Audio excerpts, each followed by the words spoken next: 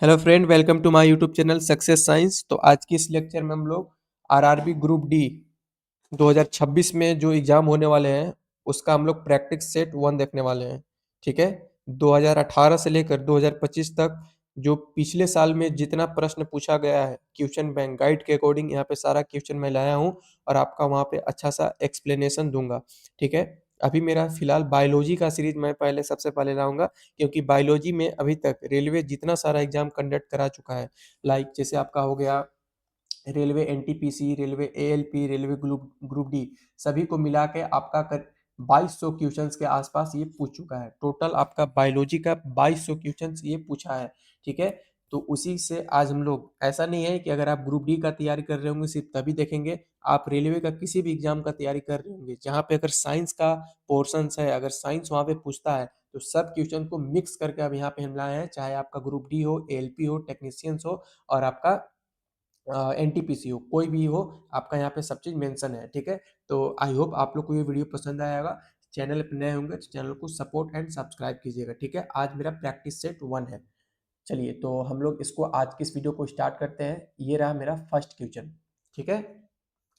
तो मेरा first question है, जीव विज्ञान की कौन सी शाखा वंशानुक्रम पैटर्न के माध्यम पर केंद्रित है? ऑप्शन ए है विकासीय जीव विज्ञान, ऑप्शन बी है मानव शास्त्र, ऑप्शन सी है आनुवांशिकी, ऑप्शन डी है प्रौद्योगिकी। बताइए इसमें से कौन सा आपका ऑप्शन सही है। फिर से ध्यान से क्वेश्चन समझेंगे। जीव विज्ञान की कौन सी शाखा वंशानुक्रम पैटर्न के माध्यम पर केंद्रित है? ऑप्शन ए विकासीय जीव विज्ञान, ऑप्शन बी मानव शास्त्र, ऑप्शन सी आनुवांशिकी, ऑप्शन डी जैव प्रौद्योगिकी। ठीक है। तो आपका ऑप्शन सी यहाँ पे करेक्ट हो जाने वाला है। ठीक है।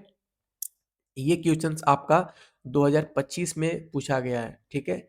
दो जगह ये क्वेश्चन पूछा गया है। आपका आरआरबी ग्रुप डी में पूछा गया है, ग्रुप डी में पूछा गया है, और आपका आरआरबी मिनिस में पूछा गया है। ठीक है। आरआरबी मिनिस एज आइसोलेटेड जो एग्जाम होता है उसमें ये पूछा गया है।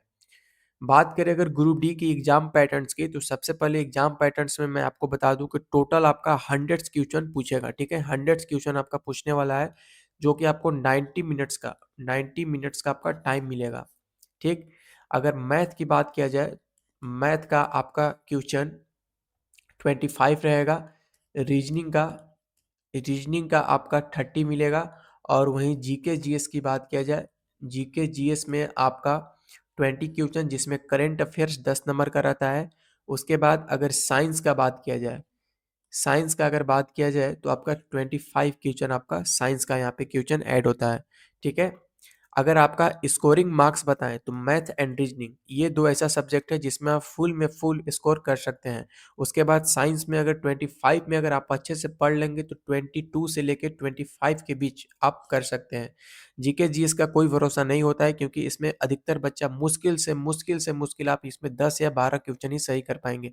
आप अगर एग्जाम की तैयारी कर रहे हैं तो आप कोशिश कीजिए कि 100 आउट ऑफ में से आपको 65 प्लस लाना है। अगर 65 प्लस लाते हैं तो अभी के टाइम में आपका सिलेक्शन होने से कोई नहीं रोक सकता है। ठीक है। तो इस चीज़ का आपको ध्यान रखना है।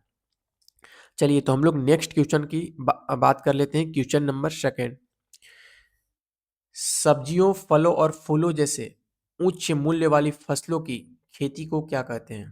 ठीक है। ऑप्शन ए है sericulture, option B pisciculture, option C apiculture, option D horticulture. बताइए क्या बोल रहा है। सब्जियों फलों और फूलों जैसे उच्च मूल्य वाली फसलों की खेती खेती से संबंधित है। ये पूछना चाह रहा है कि सब्जी और फलों की खेती को क्या कहा जाता है, सब्जी और फलों को उगाने की खेती को क्या कहा जाता है। तो आपका ऑप्शन यहाँ पे डी करेक्ट हो जाएगा, हॉर्टिकल्चर। ठीक है। बात करें अगर यहाँ पे सेरीकल्चर किससे संबंधित है, तो याद रखना है सेरीकल्चर आपका रेशम कीट पालन से संबंधित है। रेशम कीट पालन, रेशम कीट पालन से। ठीक। उसी तरीके से अगर पीसी कल्चर की बात किया जाए तो पीसी कल्चर आपका मत्स्य पालन से संबंधित है, यानी मछली पालन, मत्स्य पालन से। ठीक है। ये क्वेश्चन पूछा गया क्वेश्चन से, और इसको जो मैं इंपॉर्टेंट्स यहाँ पे लिखवाता हूँ उसको नोट्स करना है और साथ-साथ याद करते चलना है। ये क्वेश्चन आपका एनटीपीसी में पूछा हुआ है, ठीक है? एनटीपीसी में ये क्वेश्चन आपका पूछा हुआ है। सारा मैं यहाँ पे पिछले साल का ही क्वेश्चन कवर किया हूँ, टोटल गाइड से ही यहाँ पे कवर किया हूँ, और जो भी इसमें एक्स्ट्रा नॉलेज होगा वो तुम लोग को मैं यहाँ पे प्रोवाइड कराऊँगा, ठीक है? तो आपका ऑप्शन डी यहाँ पे करेक्ट आंसर हो गया। उसके बाद अगला क्वेश्चन नंबर 3, कोशिकाओं के अध्ययन को क्या कहा जाता है? कोशिकाओं के अध्ययन को क्या कहा जाता है? Option A serology, option B cytoplasm, option C cytology, option D etiology. बताइए इसमें से कौन सा ऑप्शन आपका सही होगा जो कोशिकाओं के अध्ययन से आपका संबंधित है? तो आपका यहाँ पे करेक्ट आंसर ऑप्शन सी हो जाएगा, साइटोलॉजी। कोशिकाओं के अध्ययन को आपका साइटोलॉजी कहा जाता है। बात करें अगर सीरोलॉजी की, तो सीरोलॉजी जो होता है वो सीरम से संबंधित होता है, ठीक है? वो आपका सीरम सीरम से संबंधित होता है, सीरम से संबंधित होता है। सीरम मतलब ब्लड होता है, ठीक ना? ब्लड। जैसे अगर आप ब्लड जांच करवाने जाते होंगे तो जो डॉक्टर होता होगा ना वो आपसे ब्लड लेता होगा और ब्लड का वो सीरम बनाता है, तो वो जो सीरम का अध्ययन होता है उसे सीरोलॉजी कहते हैं, ठीक है? सीरम के अध्ययन को क्या कहा जाता है? सीरोलॉजी कहते हैं। सीरम के अध्ययन को क्या कहा जाता है? सीरोलॉजी कहा जाता है। सीरम के अध्ययन को क्या कहा जाता है? सीरोलॉजी कहा जाता है। कोशिकाओं के अध्ययन को क्या कहा जाता है? साइटोलॉजी कहा जाता है, ठीक है? याद रहेगा। उसके बाद इसमें इटियोलॉजी, ठीक है?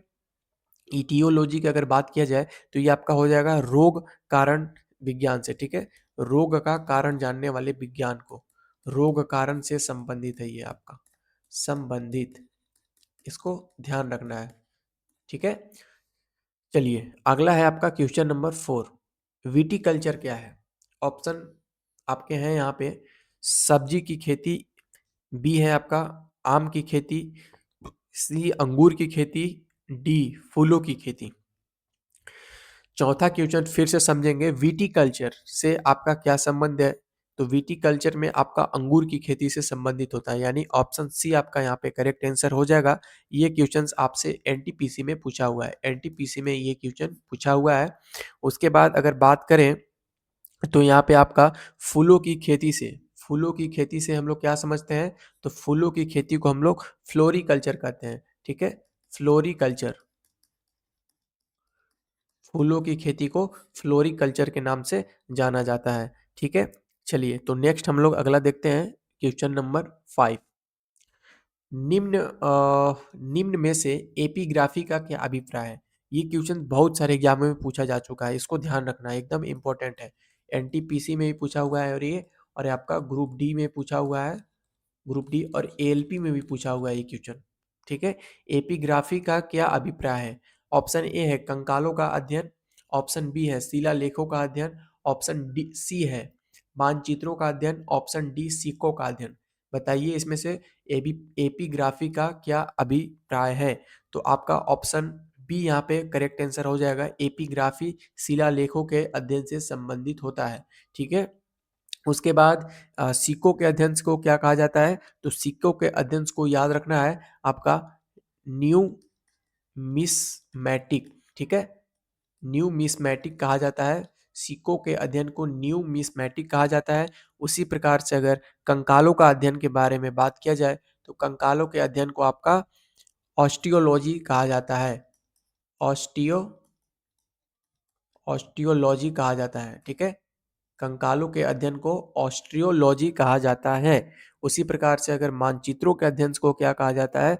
तो मानचित्र के अध्ययन को आपका याद रखना है, मानचित्र का जो अध्ययन होता है उसे कार्टोग्राफी कहते हैं। क्या कहते हैं? कार्टोग्राफी, कार्टोग्राफी के नाम से आपका यहाँ पे जाना जाता है, ठीक है? फिर से समझेंगे, एपिग्राफी किससे संबंधित है? तो शिलालेख के अध्ययन से। किससे संबंधित है? शिलालेख के अध्ययन से। किससे संबंधित है? शिलालेख के अध्ययन से। कौन सा संबंध है? एपिग्राफी। एपिग्राफी शिलालेखों का अध्ययन, एपिग्राफी शिलालेखों का अध्ययन। कंकाल का अध्ययन, कंकाल मतलब हड्डी, हड्डी का अध्ययन क्या कहलाता है? ऑस्ट्रियोलॉजी कहलाता है। हड्डी का अध्ययन क्या कहलाता है? ऑस्ट्रियोलॉजी कहलाता है। उसके बाद मानचित्र का अध्ययन क्या कहलाता है? कार्टोग्राफी कहलाता है। मानचित्र का अध्ययन क्या कहलाता है? कार्टोग्राफी कहलाता है। सिक्कों का अध्ययन क्या कहलाता है? न्यूमेस्मेटिक कहलाता है। सिक्कों का अध्ययन क्या कहलाता है? न्यूमेस्मेटिक कहलाता है। सिक्कों का अध्ययन क्या कहलाता है? न्यूमेस्मेटिक कहलाता है।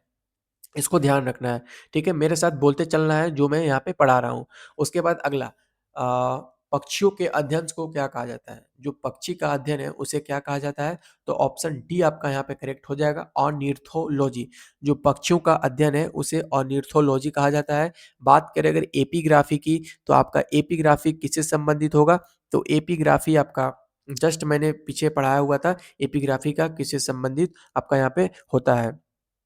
अगर उसमें हर्पेटोलॉजी, हर्पेटोलॉजी जो है उभयचरों एवं सरीसृपों का अध्ययन से संबंधित है।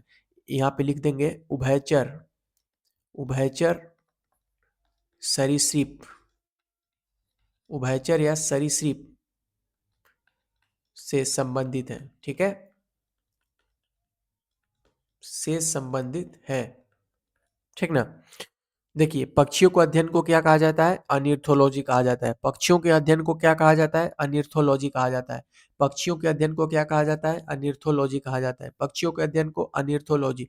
हर्पेटोलॉजी, हर्पेटोलॉजी किससे संबंधित है? उभयचर या सरीसृप से संबंधित है। हर्पेटोलॉजी किससे संबंधित है? उभयचर या सरीसृप से संबंधित है।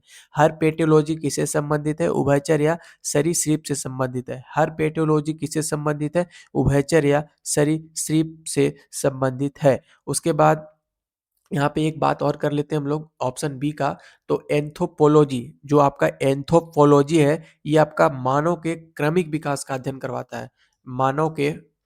मानव के क्रमिक विकास, क्रमिक विकास का आपका अध्ययन कराता है, ठीक है? इसको भी ध्यान रखना है। Next question, question number 7। Question 7 है आपका, सेरीकल्चर शब्द निम्नलिखित में से कौन किससे संबंधित है? सेरीकल्चर जो शब्द है वो निम्न में से किससे संबंधित है? ऑप्शन ए आपका मत्स्य पालन, ऑप्शन बी रेशम की खेती, ऑप्शन सी पक्षी पालन, ऑप्शन डी मधुमक्खी पालन। बताइए इसमें सेरीकल्चर जो है आपका, वो आपका किससे संबंधित है? तो सेरीकल्चर जो आपका है वो आपका रेशम के कीट से संबंधित है, ठीक है? यानी ऑप्शन बी इसका करेक्ट हो जाएगा। सेरीकल्चर रेशम के कीट से संबंधित है, ठीक है? उसके बाद अगर मछली पालन की बात करें, तो अभी जस्ट मैंने बताया था पीसी कल्चर, पीसी कल्चर, मछली पालन को पीसी कल्चर्स कहा जाता है। पक्षी पालन को ऑर्निथोलॉजी कहा जाता है, जस्ट मैंने पीछे बताया हुआ है। उसके बाद मधुमक्खी पालन को एपी कल्चर कहा जाता है, ठीक है? एपी कल्चर, मधुमक्खी को मधुमक्खी पालन को एपीकल्चर कहा जाता है। मछली पालन को पीसीकल्चर कहा जाता है। सेरीकल्चर रेशम की खेती से संबंधित है। सेरीकल्चर रेशम की खेती से संबंधित है। मछली पालन पीसीकल्चर, मछली पालन पीसीकल्चर, मधुमक्खी पालन एपीकल्चर। याद हो गया? चलिए आगे चलते हैं हम लोग क्वेश्चन नंबर 8 के ऊपर, ठीक? तो अगला है आपका सेरीकल्चर किससे संबंधित है? फिर से लगता है हमको रिपीट क्वेश्चन हो गया है, तो आपका ऑप्शन यहाँ पे हो जाएगा सेरीकल्चर जो है आपका, वो रेशम कीट का पालन, यानी ऑप्शन सी यहाँ पे करेक्ट आंसर हो जाएगा, ठीक है? Sericulture option C. नहीं नहीं नहीं, ये क्वेश्चन रिपीट नहीं हुआ है, ये क्वेश्चन आया हुआ है, ठीक है? ये क्वेश्चन आपका एनटीपीसी में आया हुआ है, एनटीपीसी में आया हुआ है। और ये जो 7th नंबर क्वेश्चन था वो आपका ग्रुप डी और एनटीपीसी दोनों में आया हुआ है, ठीक है? दोनों का अलग अलग, एक 2024 में आया है, एक 2025 में आया हुआ है, ठीक है? तो आपका ऑप्शन सी यहाँ पे करेक्ट आंसर हो जाएगा, रेशम के कीड़े का पालन सेरीकल्चर कहलाता है। अगला आपका 9th नंबर ध्यान से समझेंगे। निम्नलिखित में से कौन सा शब्द पशु व्यवहार, क्या बोल रहा है? पशु व्यवहार, ठीक है? पशु व्यवहार जैविक अध्ययन का सबसे अच्छा वर्णन करता है।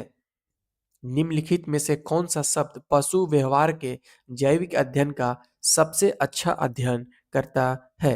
तो आपका ऑप्शन डी यहाँ पे करेक्ट आंसर हो जाएगा, इथोलॉजी, ठीक है? इथोलॉजी जो है आपका वो पशु व्यवहार के अध्ययन से संबंधित है।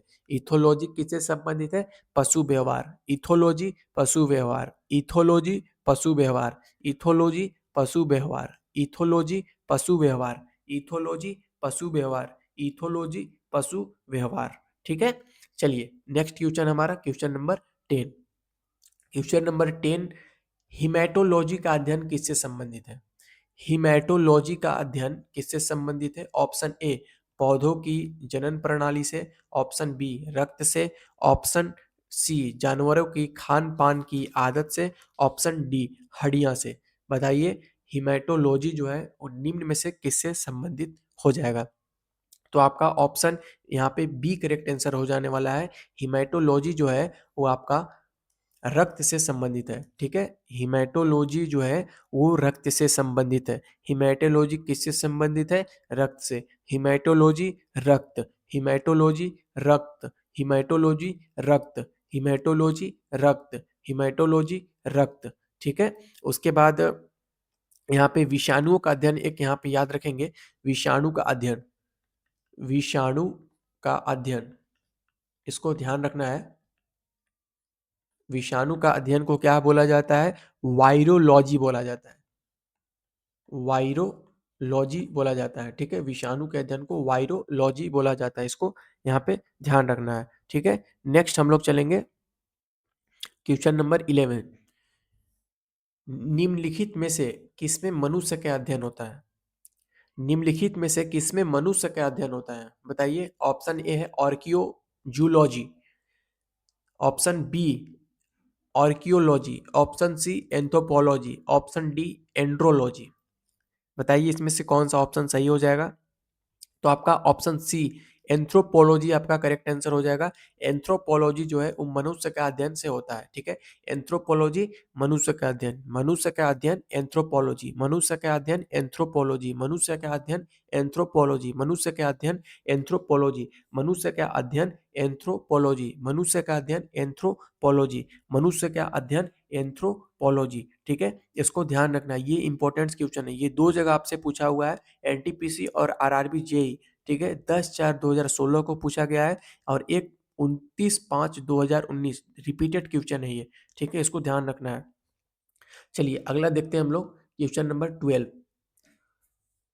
निषेचन विकास विभाजन और विभिन्नता के अध्ययन को किस नाम से जाना जाता है? निषेचन विकास विभाजन और विभिन्नता के अध्ययन को किस नाम से जाना जाता है? तो आपका ऑप्शन ए है भ्रूण विज्ञान, ऑप्शन सी आनुवांशिकी, ऑप्शन बी फिरियोलॉजी, ऑप्शन डी क्रमागत उन्नति। बताइए इसमें से आपका कौन सा ऑप्शन सही हो जाएगा? तो आपका इसमें ऑप्शन ए सही हो जाएगा, भ्रूण विज्ञान। भ्रूण विज्ञान इज द करेक्ट आंसर।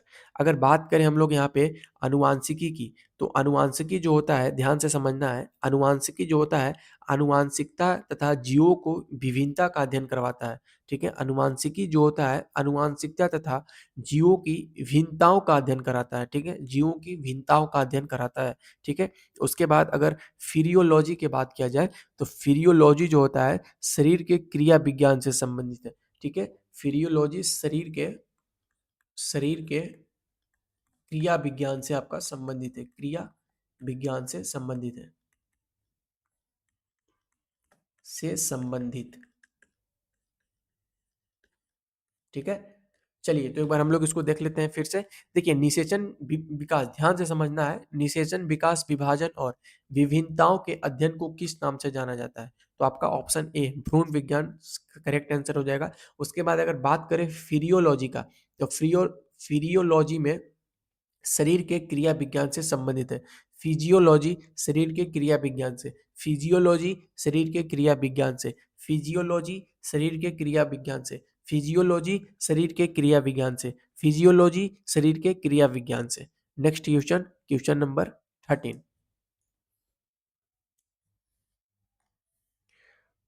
पौधों में बीमारियों का अध्ययन और वह तरीका जिससे पौधों का विरोध करते हो या संक्रमण के सामना करते हैं क्या कहलाता है? ये आपसे क्वेश्चन एनटीपीसी और आपका ग्रुप डी में पूछा हुआ है। ठीक है, एनटीपीसी और ये ग्रुप डी दोनों में पूछा हुआ है।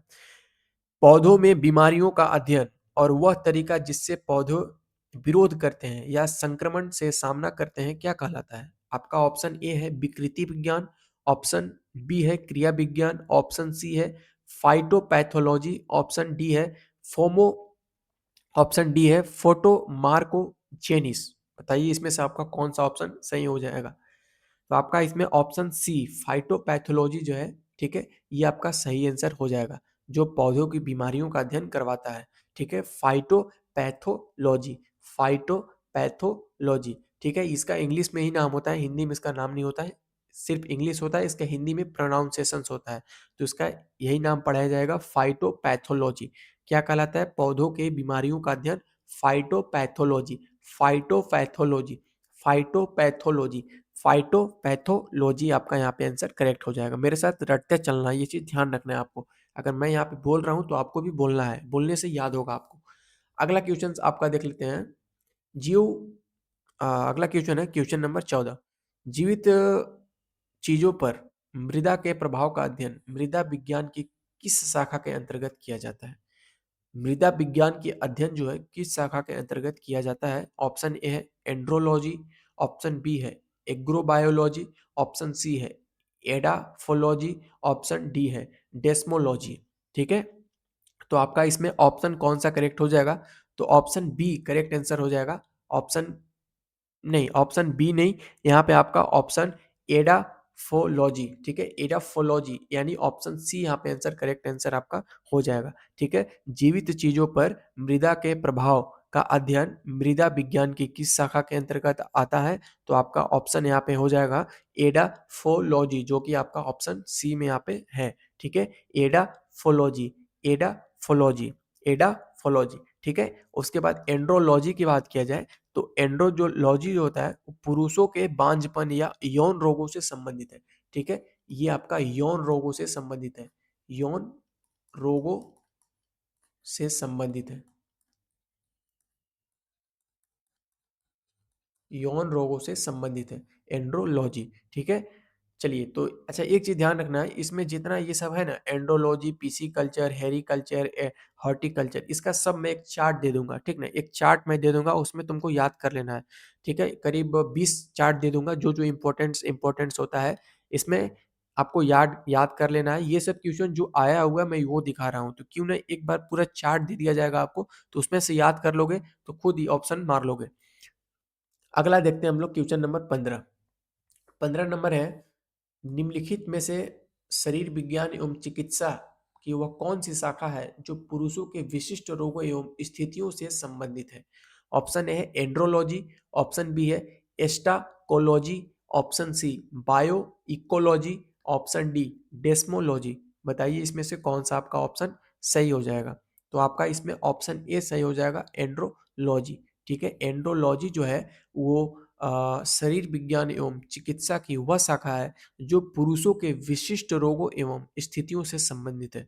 ठीक है, पुरुषों के विशिष्ट रोगों एवं स्थितियों से एंड्रोलॉजी संबंधित है। कौन संबंधित है? Andrology, andrology, andrology. ठीक है, अगर उसके बाद बायो इकोलॉजी के बारे में बात किया जाए तो प्राकृतिक वातावरण में रहने वाले जीवों के बीच अंतर संबंधों का अध्ययन करवाता है। ठीक है, प्राकृतिक वातावरण में रहने वाले जीवों के बीच अंतः संबंधों का अध्ययन करवाता है बायो इकोलॉजी। इसको लिखेंगे, मैं बोल रहा हूं, प्राकृतिक वातावरण में रहने वाले जीवों के बीच अतः संबंधों का अध्ययन करवाता है।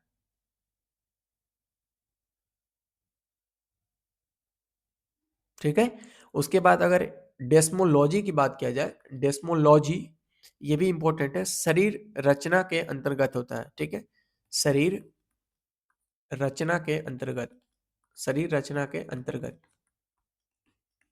ठीक है, इसको याद रखना है। ठीक, चलिए देखिए, अगर आपको वीडियो एक बार में समझ में नहीं आ रहा है तो दो बार आपको यहाँ पे वीडियो देखना है। और सबसे बड़ी बात, जो यहाँ पे मैं बोल रहा हूँ, जो आपको मैं खुद से बोल के आपको बुलवाना चाह रहा हूँ, वो चीज़ आपको बोलना है, कस कस के बोलना है। अभी आप साहब और जज नहीं हो गए हैं कि आपको मन में पढ़ना है। जैसे मैं बोल रहा हूँ एकदम जैसे स्पीड में आपको मेरे साथ-साथ बोलते चलना है। आप देखेंगे कि आपको कुछ हद तक याद हो जाएगा। अगला क्वेश्चन है आपका क्वेश्चन नंबर 16। निम्नलिखित में से चिकित्सा विज्ञान की कौन-सी प्रशाखा यकृत के उपचार और अध्ययन से संबंधित है? यकृत के उपचार एवं अध्ययन से आपका ये संबंधित है। यकृत के उपचार और अध्ययन से निम्न में से कौन-सा आपका संबंधित है? तो आपका ऑप्शन ए है हेलकोलॉजी, ऑप्शन ए है हेल्कोलॉजी, ऑप्शन बी है हेपेटोलॉजी, ऑप्शन सी है हेटेरोलॉजी, ऑप्शन डी है जेरिएस्ट्रिक्स। तो आपका 16 का बताइए इसमें से कौन सा ऑप्शन सही हो जाएगा? तो आपका ऑप्शन बी यहाँ पे करेक्ट हो जाएगा, हेपेटोलॉजी। ठीक है, हेपेटोलॉजी जो आपका करेक्ट आंसर हो जाएगा, जो कि यकृत के उपचार का अध्ययन से संबंधित है। हेपेटोलॉजी यकृत यानी लीवर के उपचार के अध्ययन से संबंधित है। ठीक है, नेक्स्ट क्वेश्चन हम लोग क्वेश्चन नंबर 17। एक मैं टोटल चार्ट्स दे दूंगा, जो जो जिससे संबंधित है सबका वहां पे मैं चार्ट दे दूंगा। करीब 20 से 25 का चार्ट्स रहेगा, उसको याद कर लेना है। उसमें से एक क्वेश्चन या दो क्वेश्चन पक्का पूछेगा ही, हर शिफ्ट में पूछेगा वो। ठीक है, 17 नंबर, जीवों के वर्गीकरण से संबंधित जीव विज्ञान की शाखा को क्या कहते हैं? ऑप्शन ए है वर्गीकरण विज्ञान, ऑप्शन बी है नोथोलॉजी, ऑप्शन सी है शरीर रचना विज्ञान, ठीक है, ऑप्शन डी है सरो विज्ञान। तो आपका ऑप्शन ए सही हो जाएगा, वर्गीकरण विज्ञान जीवों के वर्गीकरण से संबंधित है। वर्गीकरण विज्ञान जो है जीवों के वर्गीकरण विज्ञान से संबंधित है। ठीक है, नेक्स्ट क्वेश्चन हम लोग का क्वेश्चन नंबर 18। जंतु विज्ञान किसका अध्ययन है? जंतु विज्ञान किसका अध्ययन है? ऑप्शन ए ऊर्जा का, ऑप्शन बी फलों का, ऑप्शन सी विषाणुओं का, ऑप्शन डी जानवरों का। तो बताइए, ये तो बता दोगे। 18 नंबर का जो क्वेश्चन है वो आपका ऑप्शन डी जानवरों का सही आंसर हो जाएगा। जंतु विज्ञान में हम लोग जानवरों का अध्ययन करते हैं। ठीक है, विषाणु का अध्ययन को क्या कहते हैं? वायरोलॉजी कहते हैं। फलों के अध्ययन को मैंने अभी पीछे बताया हुआ है। ठीक है, अच्छा 19 नंबर देख लेते हैं। विज्ञान की एक शाखा जो जीवन या पृथ्वी से परे मौजूद जीवन की संभावनाओं से संबंधित है, उसे क्या कहा जाता है? ऑप्शन ए है entomology, option B mycology, option C exobiology, option D जीवाश्म विज्ञान। बताइए इसमें से। तो इसमें आपका करेक्ट आंसर हो जाएगा वो आपका एक्सोबायोलॉजी, यानी ऑप्शन सी यहाँ पे करेक्ट आंसर हो जाने वाला है। एक्सोबायोलॉजी जो है वो आपका जीवन या पृथ्वी से परे मौजूद जीवन की संभावनाओं से संबंधित है। ठीक है, एक्सोबायोलॉजी, एक्सोबायोलॉजी। ठीक है, अगला क्वेश्चन और आज का हमारा लास्ट क्वेश्चन है 20 नंबर। बानर, बानर या वनमानुष आदि के व्यवहार का अध्ययन क्या कहलाता है? यानी बंदर का जो अध्ययन होता है, उसका जो व्यवहार होता है, उसके जो अध्ययन करने वाले लोग होते हैं, उनको क्या कहा जाता है? ऑप्शन ए है anthropology, option B ethnobotany, option C primatology, option D apology. बताइए इसमें से कौन सा ऑप्शन करेक्ट हो जाएगा? तो आपका ऑप्शन सी करेक्ट हो जाएगा, प्राइमेटोलॉजी, यानी ऑप्शन सी आपका यहाँ पे करेक्ट आंसर हो जाने वाला है। जो बंदर या वनमानुष का अध्ययन प्राइमेटोलॉजी कहलाता है, प्राइमेटोलॉजी कहलाता है। बंदर या वनमानुष का अध्ययन प्राइमेटोलॉजी कहलाता है, प्राइमेटोलॉजी कहलाता है, प्राइमेटोलॉजी कहलाता है, प्राइमेटोलॉजी कहलाता है, प्राइमेटोलॉजी कहलाता है। ठीक है, तो ये रहा आपका 20 क्वेश्चंस का सीरीज। आई होप आप लोग को वीडियो पसंद आया होगा। ठीक है, अभी मैं टोटल बायोलॉजी का सीरीज लाऊंगा। बायोलॉजी खत्म करने के बाद आपका यहाँ पे केमिस्ट्री का, केमिस्ट्री खत्म करने के बाद फिजिक्स का यहाँ पे मैं टोटल क्वेश्चन ऐड करूंगा। ठीक है, तो आई होप आप लोग को ये सेशंस पसंद आ रहा होगा। मिलते हैं हम लोग नेक्स्ट सेक्शन लेक्चर नंबर 2 में। धन्यवाद।